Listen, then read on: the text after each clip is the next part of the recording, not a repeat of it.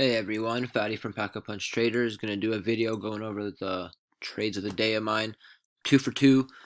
Missed a really good one, but we'll go over all of them right now. FNGR, this was one of the plays. This was a play out of the watch list. It was not a top watch, as this was something I would have wished to fade some more off of the highs to be a multi-day bounce, but at the same time, we do have all of this that we don't really see from the long-term chart, that it got up to 10. So it getting down to 5, not too bad, 50% off the highs. And then here we got this higher low. So that was pretty nice to see. Failed to threaten that whole dollar, half dollar area. Held this whole dollar, half dollar area of the mid fives. And from there, I alerted it on Twitter. It was a pretty good call, was saying wait for that high at daybreak over the mid sixes. This could be something to test the mid eights. Ended up pushing even past that, but it was a little bit choppy for that move. The clean move here, there was a solid 20% or so opportunity. I took it from 646 to 722. And right as I sell, just seconds later, it just shoots up. And that was a little disappointing, but what are you going to do? Locked in my gains into the spike, made my profit, played it safe, going to let my singles add up over time. But this is the pattern here. This is what we're looking for. So you got the failure to break down around the whole dollar, not whole dollar, half dollar. Well, I guess it is that, but how I'm really seeing it is the high at daybreak, where that is going to be the trigger for short sellers that the party's over and it's not going to keep heading lower, especially if they can't hold it down. So here you get a few minutes where it kind of consolidates around it, and good opportunity to get in there, as you can see here with the volume, some decent buying going on. I guess that's over here. So you got, let me zoom in, sorry, just to make it more clear. So you get this nice burst, and then it gets stuffed with a solid red candle, but couldn't really go much lower. Selling dropped significantly, and then from there it holds up. So I'm seeing that as a failure of shorts to really hold that high at daybreak as resistance, and for it to possibly head lower. Therefore, they're going to likely get squeezed, lock in their profits. Dip buyers like me will start joining the party, and that triggers this whole move. So held through this higher low. That wasn't too difficult to go through, but once we got here, I got a little uneasy, as I'm up about a little over 10%, 12% or so. So why not lock it in and play it safe? But at the same time, I know this play typically goes about 30% from the previous close. So I thought we could get to the mid eights, maybe high eights, 9-ish, where that would be the 30% mark. So um, ended up erring on the side of caution, and I don't really regret that, if I'm being honest. It more times than not, it's going to be a good call, as we'll go over right now with KITT. This one, if I got greedy at all, I would have been taking a loss. So this one was a play, tweeted it out, the alert, my plan for it, which was an open price VWAP claim for it to test the low sixes, where there's going to be some resistance here, as I got them marked. And then next up, I said we have 7. Um, but this one was not a long-lasting play. Demand was not sustainable. Barely came through. We just got a solid move pre-market. I was a little annoyed that it really took off. I thought maybe if it was somewhere around 5 and it failed to break down there, it would give us a nice move to the low sixes.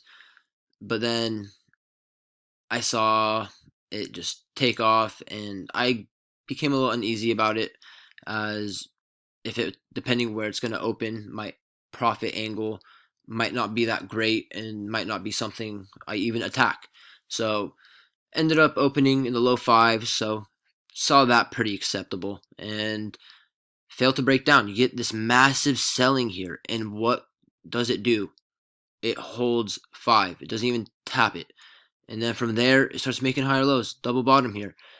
and the volume completely fades. There's not much selling pressure coming through, and that was the thing. There wasn't selling pressure coming through, but there wasn't that incredible volume on the demand side that would really trigger a move for it to squeeze past the low sixes, and maybe even into the sevens. Uh, just got this 1 minute that it really took off, and then that triggered the halt, and that was nice. Sold right into the gap up there. Took it from 563. I did chase a little bit on a market order. I'll explain that right now. But I was ready for the low sixes. Just gonna take my quick single. But here, so I had to chase because of hesitation. I didn't have to, but I still saw some, I guess, meat on the bone. I didn't give up that much by chasing. I was looking to get into the 550s, and then I hesitated for a few seconds, and then by the time I go to put my order in, it jumps to the 60s, and then I get in at 563. So gave up a little bit of money there, but nothing significant. And yeah, so kind of reminds me of what I was talking about in the not previous video lesson, but video lesson from last night, going over eyeing, what to recognize in a potential short squeeze play. This one has the demand. The flow isn't gigantic.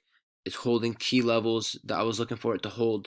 It just didn't have enough in it to really take off, and doesn't make it a horrible play. Just, you got to be pretty meticulous and quick with it. Can't get greedy at all. Because if I had the mindset that I had with FNGR, I probably would have ended up taking it for a much smaller gain. Who knows? Maybe even a loss.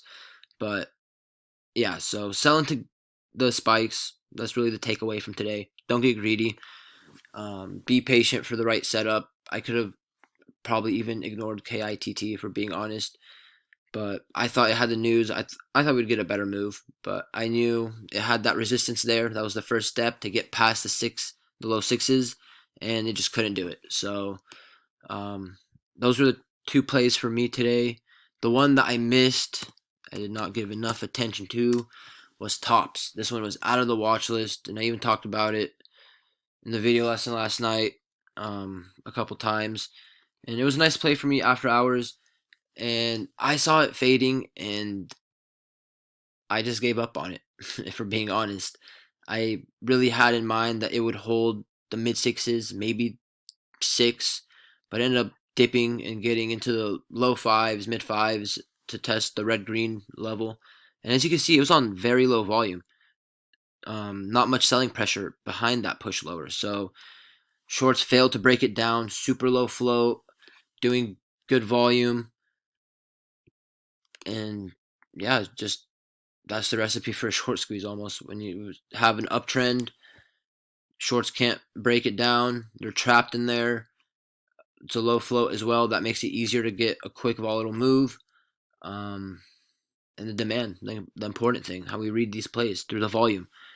And I know this is hindsight. I didn't play this in the morning, but as you can see here, you get the very low selling coming through, and it stabilizes. Still kind of low demand, but it starts perking up a bit, and then from here, as you can see, not much selling. Even when it perks back to new highs on the day, not many shorts are there to stuff this thing.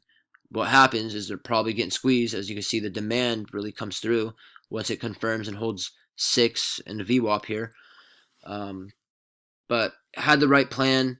And I think I even said, oh, I don't think this is going to be something to get to 12, 13, 14.